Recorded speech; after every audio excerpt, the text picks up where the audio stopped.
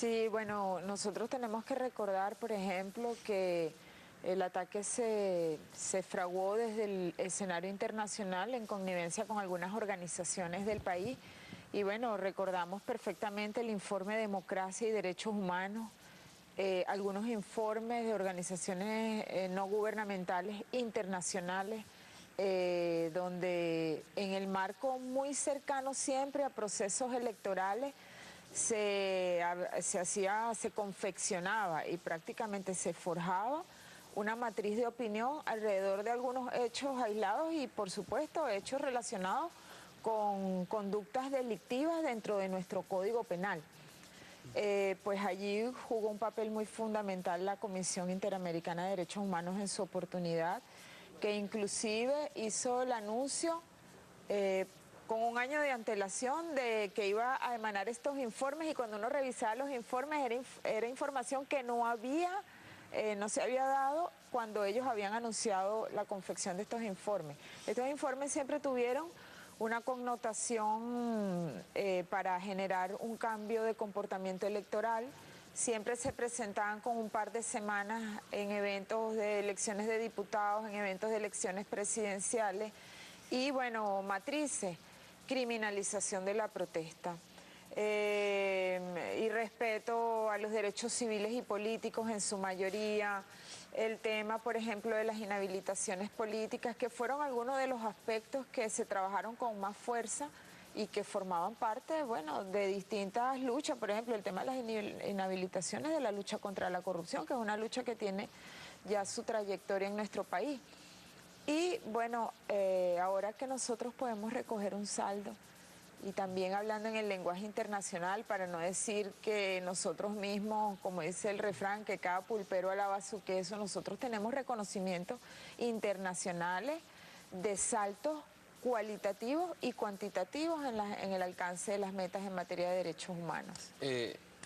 Usted bien lo ha descrito sobre algunas de las acciones en contra de la figura del presidente Chávez. ¿Hasta qué punto tuvo influencia en parte de la población todas estas acciones de grupos específicos?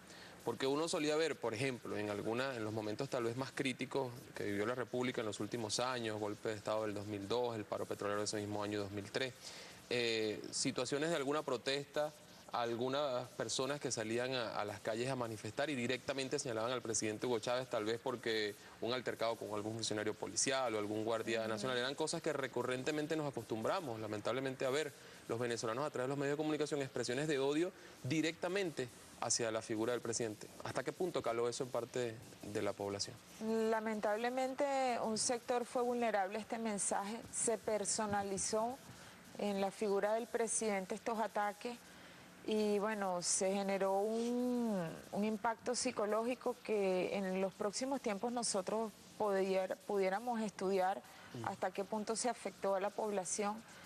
Y esto, por supuesto, con el propósito, bueno, de socavar la figura del presidente Chávez, pero creemos que el pueblo llano, el pueblo sencillo, el pueblo humilde, que no es vulnerable o susceptible a esas campañas, porque si una persona no podía ir a la universidad y a los 60 años podía ingresar a la universidad y sacar una carrera.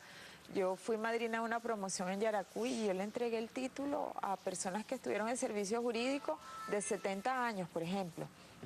Entonces es tan bonito ver que una persona que no tenía vivienda se le entrega su llave de su vivienda o ingresa a algún tipo de programa donde se le satisface una necesidad educativa, alimentaria, de techo, de salud, inclusive en los convenios que hemos tenido con Cuba, ir a rehabilitarse en lugares donde pues hay un equipo muy especializado. Todo esto, bueno, es la realidad sobre lo que puede ser una matriz de opinión. ¿Quiénes fueron más vulnerables? Pues lamentablemente la clase media, cuyo mecanismo de relacionamiento con el exterior es la pantalla de televisión, la radio, la prensa, la noticia.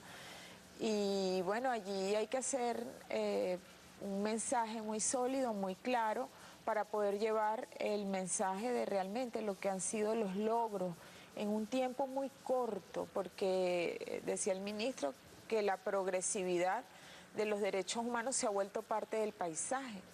Y nosotros pudiéramos confundir la cima con S de la cima con C. La cima con C es el punto más alto de la geografía y la cima con S, como tú sabes, es el punto más bajo de la geografía.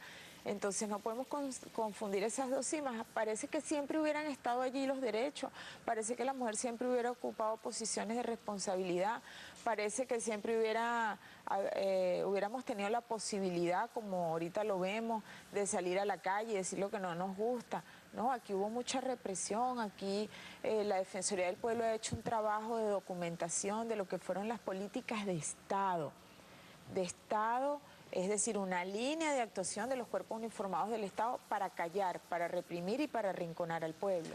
Justamente sobre eso quería, digamos, preguntarle, porque usted menciona, al igual que el ministro, algunos derechos sociales que han sido alcanzados en los últimos años. Pero más allá de eso, los derechos esenciales, fundamentales de un ser humano, a ser cuidado en su dignidad, a no ser maltratado.